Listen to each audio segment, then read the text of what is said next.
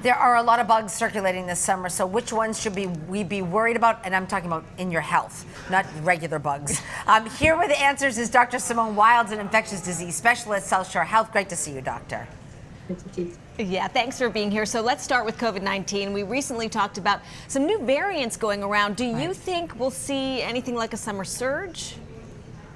Well, right now, the COVID-19 levels are the lowest we've seen not only in Massachusetts, but across the U.S.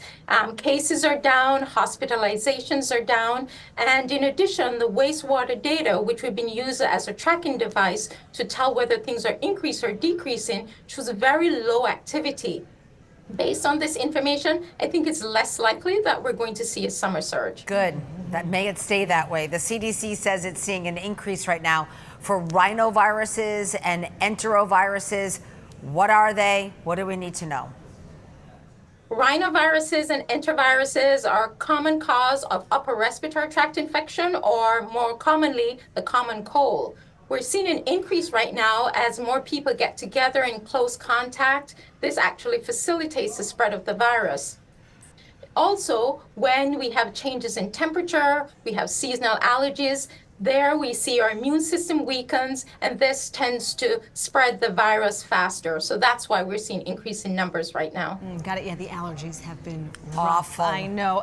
Any other viruses, Dr. Wilds, that you're tracking closely this summer?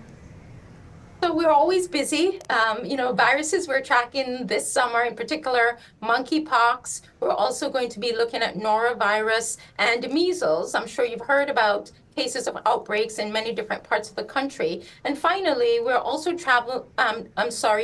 we're also monitoring meningococcal disease, which is not a viral infection, it's a bacterial infection, but it does cause a rare but serious illness, and so we need to monitor that closely. Dr. Simone Wilds, I mean it when I say it. Stay well. We appreciate you. Thank you.